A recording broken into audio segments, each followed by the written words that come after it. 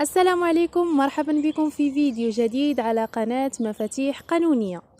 موضوع الفيديو هو المدارس الفقهية في المادة الجنائية، ونبدأ مباشرة في الموضوع. إذا بسبب القسوة نتاع العقوبات اللي كانت طاغية خلال المرحلة السياسية، خلات المفكرين والفلاسفة ينتقدوا هذه الطرق المتبعة في التجريم والعقاب، الأمر اللي أدى إلى ظهور مجموعة من المدارس الفقهية المختلفة. هاد المدارس ساهمت لنا في بناء واحد الصرح قانوني كينبني على أسس ومرتكزات جديدة كترقى بكرامة الإنسان والمصلحة ديالو والمصلحة ديال المجتمع في نفس الوقت.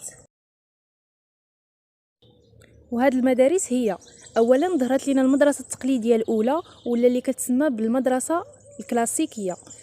من بعد ظهرت موراها المدرسة التقليدية الجديدة ولا المدرسة نيو كلاسيك. ثم المرحلة الثالثة ظهرت فيها المدرسة الوضعية أو الواقعية، ثم مدارس الوسط أو التخيير، وفي الأخير ظهرت لنا مدرسة الدفاع الاجتماعي. إذا في هذا الفيديو إن شاء الله غنتكلموا على المدرسة التقليدية الأولى أي المدرسة الكلاسيكية، على أمل إن شاء الله أننا نخصص لكل مدرسة فيديو خاص بها. إذا نبدأ بالمدرسة التقليدية الأولى أو ما يسمى بالمدرسة الكلاسيكية. هذه المدرسة بانت لنا في النصف الثاني من القرن الثامن عشر، وكيرجع الفضل في التأسيس ديالها إلى الفقيه الإيطالي بيكاريا، ومن أهم الرواد ديالها عندنا بيتنهام الإنجليزي وفيورباخ الألماني. إذن هذه المدرسة التقليدية الأولى كانت كتنادي بمجموعة من المبادئ الأساسية، وهي كالتالي: أول مبدأ هو التسليم بحرية الاختيار لدى الفرد،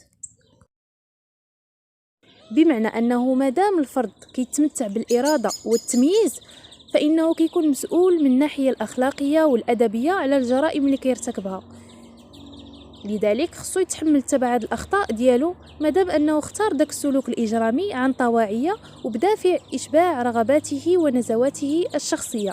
أما إذا كان عديم التمييز ولا فاقد الإرادة كالمجنون ولا الطفل الصغير فهادو ما كيكونوش مسؤولين من الناحية الأخلاقية عن تصرفاتهم. المبدأ الثاني هو إقرار مبدأ شرعية التجريم والعقاب اللي كتلخصها قاعدة لا جريمة ولا عقوبة إلا بنص. كيعني أن المشرع كيحدد لنا الأفعال المجرمة تحديدا قاطعا بنصوص قانونية واضحة ومحددة سلفا، وكيحصر لنا العقوبات وكيعين النوع ديالها والمقدار ديالها بدقة.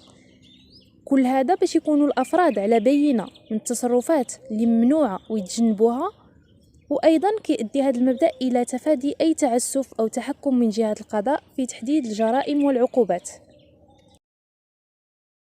أخذ بمبدأ المساواة، يعني المساواة التامة بين كل الجنات اللي كيرتكبوا لنا نفس الفعل الجرمي على مستوى المسؤولية الجنائية وعلى مستوى العقاب، بمعنى أنه بمجرد أنه تكون عندنا جريمة ما كيهمناش اختلاف الاشخاص ولا الظروف ديالهم، خاصنا نسألوهم جنائيا ونعطيوهم نفس العقاب. والمبدأ الاخير هو الاخذ بفكرة العقوبة كرد فعل ضروري باش ندافعوا على المجتمع، وهذه العقوبة خاصها ما يكونش الغرض منها هو الانتقام من الجاني، بل خاصها تكون عقوبة عادلة ما كتضيع ليناش الكرامة ديال الفرد والإنسانية ديالو.